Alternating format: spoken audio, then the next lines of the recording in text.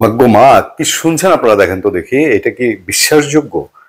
এই যে এক নারী এইভাবে এবং একজন সন্ত্রাসী স্বামীর জন্য একজন কিলার যার প্রতি তীব্র অভিযোগ প্রতিষ্ঠিত অভিযোগ তার জন্য এইভাবে কথা বলছে। এটা নিয়ে তো হাই উল্লাস করার কিছু নাই, ঠিক আছে?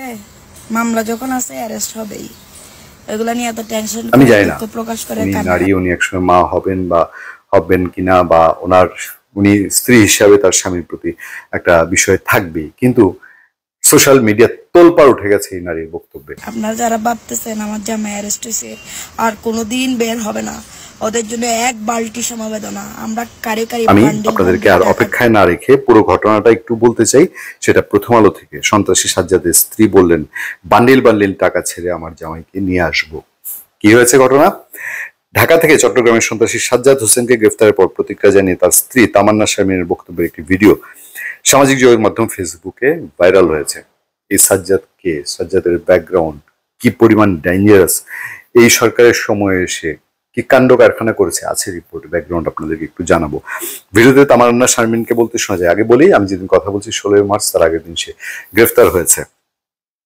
আমরা কারিগরি বান্ডিল বান্ডিল টাকা ছেড়ে আমার জামাইকে স্বামী নিয়ে আসবো, যারা এই ঘটনা ঘটেছে তাদের ছাড় দেওয়া হবে না। মানে তার স্বামীকে ধরার পেছনে কেউ থেকে থাকে তাদেরকে ছাড় দেওয়া হবে না। এবং বডি ল্যাঙ্গুয়েজ খুব সাংঘাতিক, খুব সাংঘাতিক বডি ল্যাঙ্গুয়েজ, ডেলিভারি খুব সাংঘাতিক। ভিডিওতে 17 মামলা আসামি সাজ্জাদ হোসেনকে 10 থেকে 12 দিনের মধ্যে জামিনে ছাড়িয়ে আনবেন বলে জানান স্ত্রী তামান্না শারমিন। তিনি বলেন, আমার জামাই গতকাল শনিবার রাতে গ্রেফতার হয়েছে, এতে হতাশ হওয়ার কিছু নেই।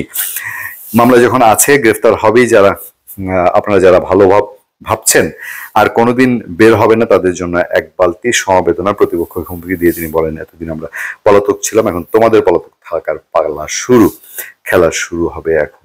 মানে কি সাজ্জাদের যে সাম্রাজ্য, এটা এখন তার স্ত্রী সেই তামান্না সামলাবেন। গতকাল রাত 10টার দিকে ঢাকার একটি শপিং মলে ঘোরাঘুরি করার সময় সাজ্জাদকে আটক করে তেজগাঁও থানা পুলিশ। এর আগে তাকে ধরতে গত 30 জানুয়ারি পুরস্কার ঘোষণা করেছিলেন চট্টগ্রাম নগর পুলিশ কমিশনার হাসিব আজিজ। এর আগের দিন নগরের বাইজিদ বোস্তামি থানার ওসি আরিফুর রহমানকে ফেসবুকে লাইভে এসে হুমকি দিয়েছেন সাজ্জাদ হোসেন, এবং হুমকি জানতেন হুমকি না, একদম ভয়াবহ রকম হুমকি। জানতে চাইলে নগরীর পুলিশ কর্মকর্তা মোহাম্মদ জাহাঙ্গীর আলম তিনি বলছেন, দুর্ধর্ষ সন্ত্রাসী যাতে সহজে বেরিয়ে আসতে না পারে সেজন্য সবাইকে সতর্ক থাকতে হবে। গ্রেফতারের পর সাজ্জাদকে চান্দগাঁও থানায় একটি মামলা জিজ্ঞাসাবাদের জন্য রিমান্ডে আবেদন করা হলে আদালত 7 দিনের রিমান্ড মঞ্জুর করেছে। পর্যায়ক্রমে বাকি সব মামলার আবেদন করা হবে। পুলিশ জানাচ্ছে সাজ্জাদ হোসেন বিদেশে পলাতক শিবির ক্যাডার হিসেবে পরিচিত, আরেক সন্ত্রাসী সাজ্জাদ আলীর অনুসারী হিসেবে পরিচিত। তার বিরুদ্ধে হত্যা, অস্ত্র, চাঁদাবাজি 17টি মামলা রয়েছে। গত বছরের আগস্ট থেকে অক্টোবরে আনিস কায়সার ও আফতাব উদ্দিন নামে 3 বালু ব্যবসায়ীকে গুলি করে হত্যার আসামি তিনি। আগস্ট থেকে অক্টোবরে, মানে আগস্ট অভ্যুত্থানের পরে 3জনকে, একজন দুজন না, তিনজনকে শেষ করেছে। তার স্ত্রীর এই হাডম থাকবে না তো কার থাকবে বলেন? জানা গেছে গত বছর 17 জুলাই চান্দগাঁও থানা পুলিশ অস্ত্রসহ সাজ্জাদকে গ্রেপ্তার করে। পরের মাসের শুরুতে তিনি জামিনে বেরিয়ে আসেন। বাইজিদ বোস্তামি থানা সংলগ্ন হাটহাজারী শিকারপুরের মোহাম্মদ জামালের ছেলে তিনি। মানে আওয়ামী লীগ আমলের শেষ দিকেও তিনি প্রভাবশালী, প্রতিপত্তিশালী ছিলেন। নাহলে অস্ত্রসহ গ্রেফতারের পর আবার জামিনে বেরিয়ে আসে কেমনে?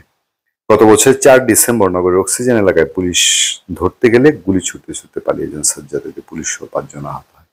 আর কি বর্ণনা করার কোনো বাকি আছে যে সাজ্জাদ কেমন কি? তো যার এরকম, তার স্ত্রী তো একটু এরকম হবেই। আমি জানি না তার স্ত্রীকে এখন আইনের আওতায় আনা উচিত কি উচিত না, পুলিশ নিশ্চয়ই সেদিকে বিবেচনা রাখবে।